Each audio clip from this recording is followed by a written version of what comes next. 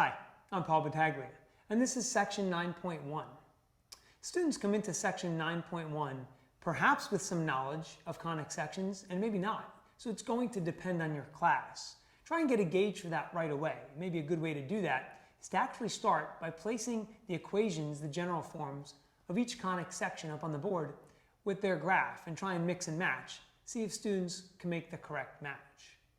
But because we'll be talking about conic sections and maybe, perhaps students have not seen them, there is an essential question we need students to be able to answer. And that is, what is a conic section?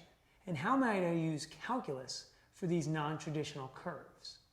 So now that I've done this warm-up and I maybe can get a gauge on whether or not my students have knowledge of these or not, I think the next logical place to go is to actually look at each equation individually and talk to students about the big pieces of each, where their centers are, what happens when we move them, and maybe the similarities and the differences among each conic.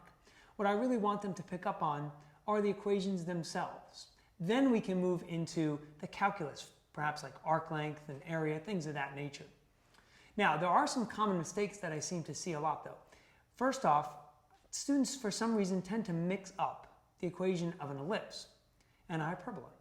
So they sometimes will misinterpret the addition sign, and that should go with an ellipse, and they're accidentally thinking that they should be graphing a hyperbola or vice versa.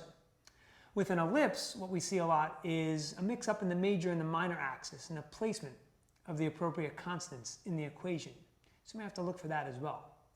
Now, pacing-wise, this section really isn't covered too much on the AP exam. Student might have to recognize that a differential equation perhaps represents a certain conic section, so maybe talk about that a little bit. If your pacing is restricted a little bit and you want to move forward, then I would really focus on the equations of the conics so at least students can recognize those. I hope these tips have been helpful, and I'm sure you'll find much success in Section 9.1.